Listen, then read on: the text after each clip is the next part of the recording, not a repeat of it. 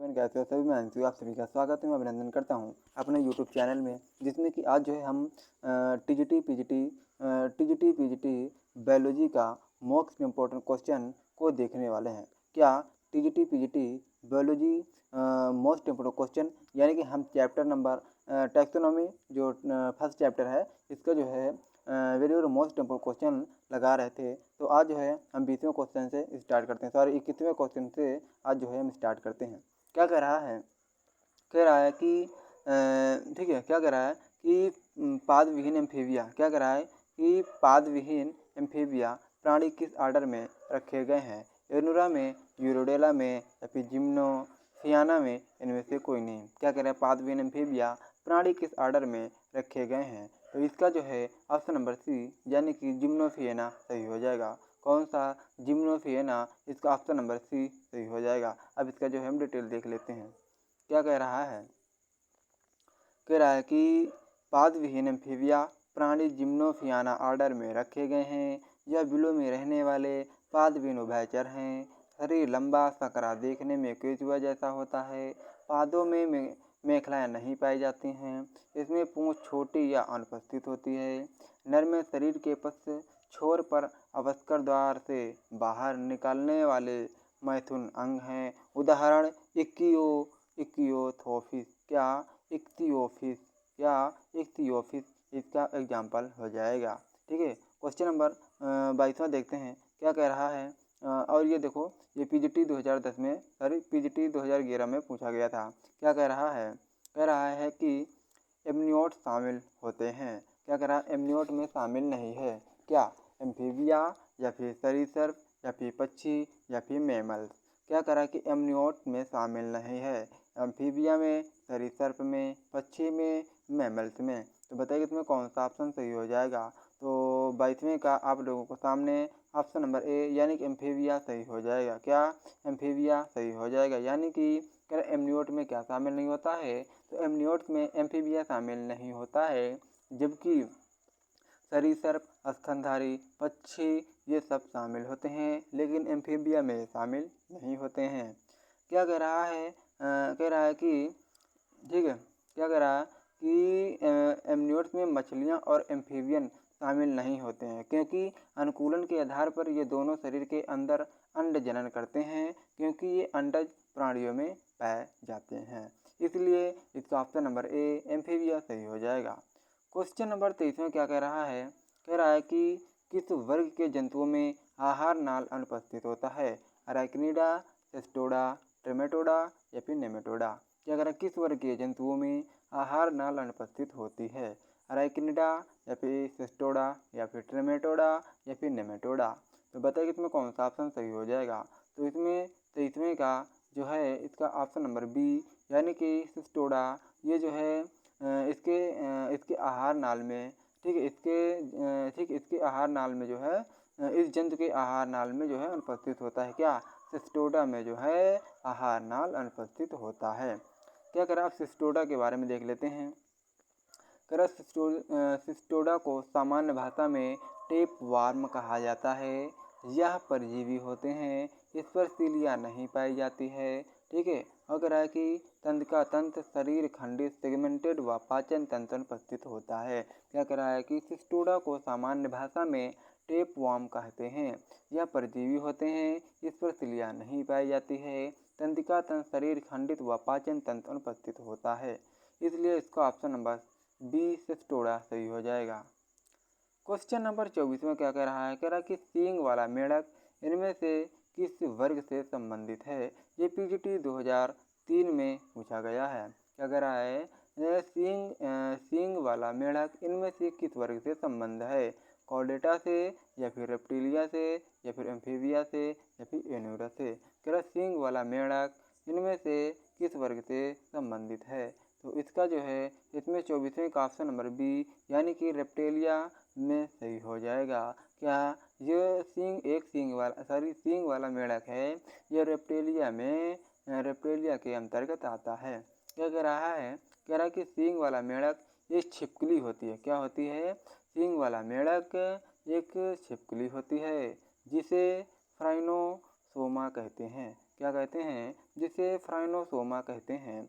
यह सरीसृप वर्ग से संबंधित है। यह मुख्यतः अमेरिका व मैक्सिको में पाया जाता है। इसके मस्तिष्क पर 2 सींग जैसी आकृति उभरी हुई प्रतीत होती है। ये इगुएनिडा परिवार का जीव है। इनमें वर्ग के समान स्केल पाया जाता है। इनका वैज्ञानिक नाम फ्राइनोसोमा होता है। ये मुख्य रूप से कीटभक्षी होते हैं। क्या कह रहा है, जो एक सींग वाला मेढक है, ये एक छिपकली होती है जिसे फ्राइनोसोमा कहते हैं। यह सरीसृप वर्ग से संबंधित है। यह मुख्यतः अमेरिका व मैक्सिको में पाया जाता है। इसके मस्तिष्क पर 2 सींग जैसी आकृति उभरी हुई प्रतीत होती है। ये इगुएनिडा परिवार का जीव है। इनमें वर्ग के समान स्केल पाया जाता है। इसका वैज्ञानिक नाम फ्राइनोसोमा है।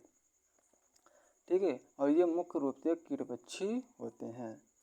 अगला देखते हैं, क्वेश्चन नंबर 25 क्या कह रहा है।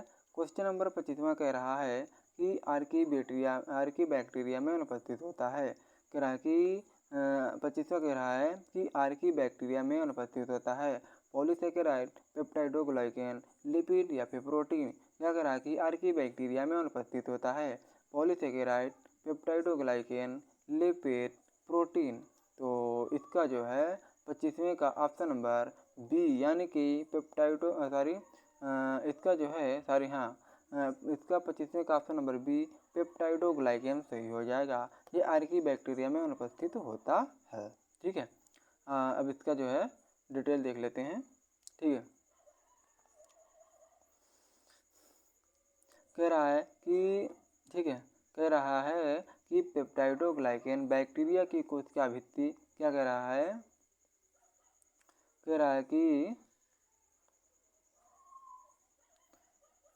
पेप्टाइडोग्लाइकेन बैक्टीरिया की कोशिका भित्ति का संरचनात्मक तत्व होता है। यह कोशिका की संरचना को बनाए रखता है और स्फीति दाब यानी कि 25 वायुमंडलीय दाब तक बनाए रखता है। यह पूरी तरह से कोशिका द्रव्य झिल्ली यानी कि साइटोप्लाज्मिक मेम्ब्रेन से घिरा होता है। यह प्रायः कुछ बैक्टीरिया जैसे माइकोप्लाज्मा, आर्की बैक्टीरिया या फिर प्लांक्टोमाइसीस या फिर रिकेट्सिया और क्लेमाइडिया में अनुपस्थित होता है। ठीक है, तो इसका ऑप्शन नंबर बी पेप्टाइडोग्लाइकेन सही हो जाएगा। ठीक है, आगे देख लेते हैं। क्वेश्चन नंबर 26वां क्या कह रहा है। क्वेश्चन नंबर 26वां कह रहा है कि ठीक है, क्या कह रहा है कि पौधों के वर्गीकरण की लीनियस पद्धति आधारित है। मॉर्फोलॉजिकल और एनाटॉमिकल गुण या फिर विकासवाद की पद्धति या फिर पुष्पीय गुण या फिर नन ऑफ द एबोव, इनमें से कोई नहीं। कह रहा पौधे के वर्गीकरण की लीनियस पद्धति आधारित है। मॉर्फोलॉजिकल और एनाटॉमिकल गुण या फिर विकासवाद की पद्धति या फिर पुष्पीय गुण या फिर इनमें से कोई नहीं। तो बताइए इसमें कौन सा ऑप्शन सही हो जाएगा। तो इसका जो है ऑप्शन नंबर सी सही हो जाएगा, यानी कि पुष्पीय गुण हो जाएगा। पौधों का वर्गीकरण निम्न वैज्ञानिकों ने किया था, जैसे कि ओसवाल्ड टिप्पो ये दलों के आधार पर बताया था। ठीक है, और थियोफ्रस्टर ने पौधों को एक वर्षीय यानी कि द्विवर्षीय तथा बहुवर्षीय में बांटा था। कैरोलस लिनियस ने पौधों को पुंकेसरों की संख्या एकलिंगी या फिर द्विलिंगी अन्नपों की संख्या के आधार पर 24 भागों में विभाजित किया था। लिनियस को पादप वर्गीकरण का जनक कहा जाता है। ठीक है, क्या कह रहा है कि लिनियस को पादप वर्गीकी का जनक कहा जाता है। ठीक है, अब आगे देख लेते हैं क्वेश्चन नंबर 27 क्या कह रहा है। निम्न में कौन सी वर्गीकृत श्रेणी का सही अवरोही क्रम है। क्या कह रहा है, कि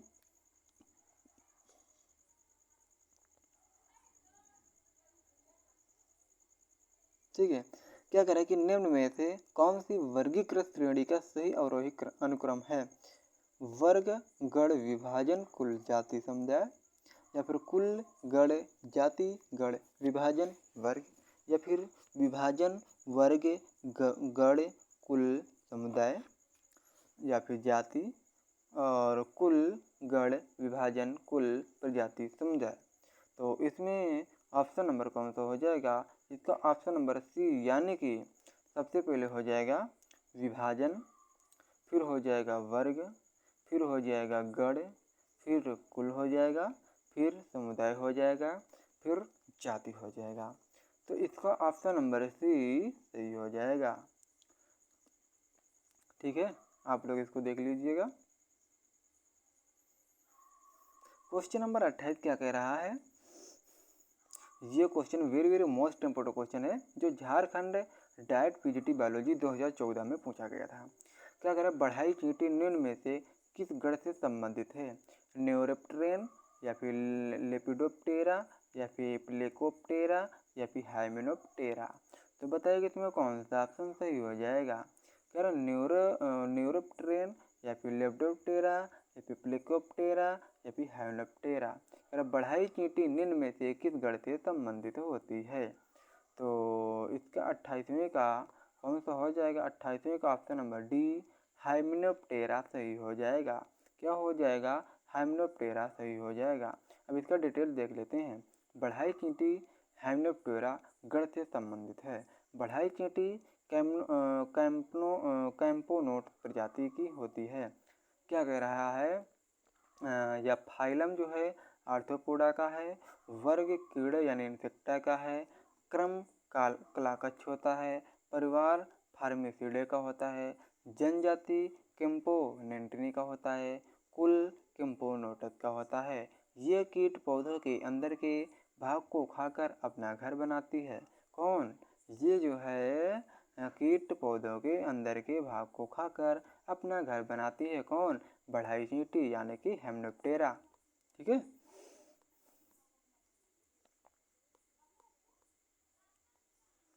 अगला है क्वेश्चन नंबर है 29वां। क्या कह रहा है?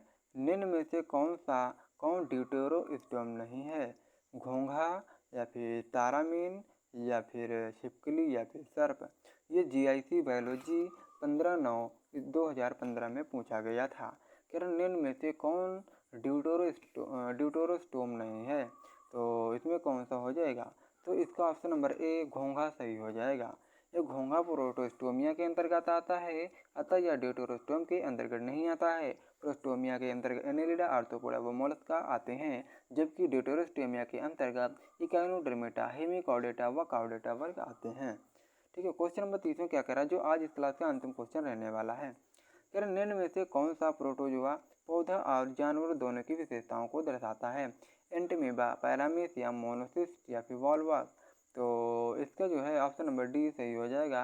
निम्न में से कौन सा प्रोटोजोआ पौधों और जानवरों दोनों की विशेषताओं को दर्शाता है? तो वॉल्वॉक्स जो है दोनों को दर्शाता है। ये है यूपी पीसेसपुरी 1996 या फिर 2002 में पूछा गया था।